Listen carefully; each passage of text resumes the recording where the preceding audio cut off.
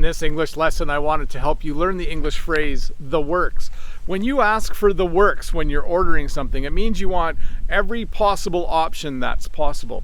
If you go to a restaurant and you order a hamburger and they say, what would you like on it? If you say you would like the works, it means you want ketchup and relish and mustard and lettuce and tomato and onions and maybe bacon and cheese. When you order the works, it means you want everything.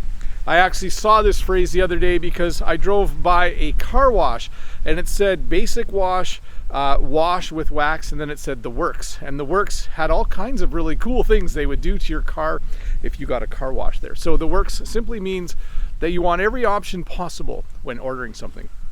The other phrase I wanted to teach you today is the phrase in the works. When you have something in the works, it means that you are planning to do it.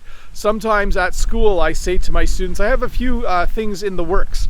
I'm thinking about what we're going to do this next week, and I have a few things in the works. That means I might be planning a class trip or a field trip. It means I might be planning to bring in some food. Actually, we can't bring food in because of COVID, but we definitely can go on little field trips. So that's something I might have in the works for my class.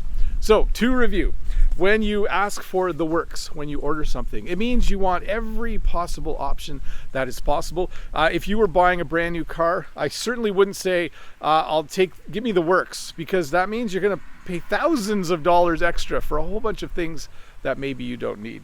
And then when you have something in the works, it means that you are planning to do something. Sometimes for my YouTube channel, I have a few things in the works. I think about what should I do in a month or two that's a little bit different or more exciting. Sometimes I have some things in the works.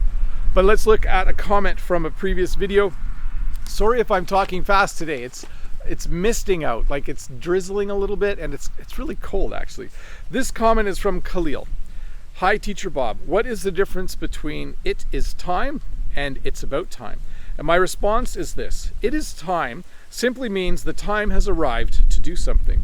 It's about time means you are frustrated that something took so long to happen. So let me maybe explain that a little bit better. When you say it is time, like right now, it's time for me to walk and talk for a little bit. It's time for me to do that. But if I was to say it's about time that I start walking and talking, that would mean that you were waiting for that a long time and it wasn't happening. And you're like, come on, Bob, it's about time you take the camera off the tripod and walk for a little bit. Anyways, hopefully that made some sense. Thank you so much for that comment. What should I show you today? Well, you know what? I'll bang my camera a little bit. Let me spin you around and show you what life is like here. It has been raining.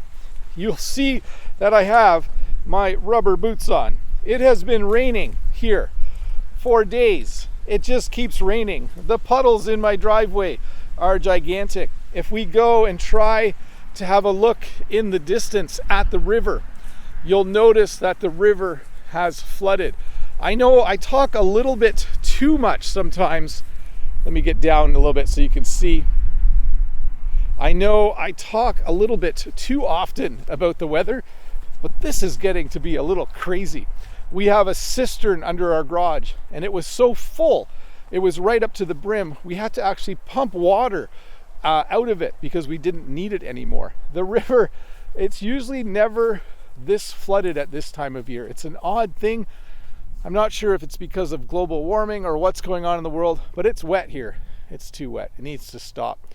Anyways, I'll see you in a couple days with another short little English lesson. Bye.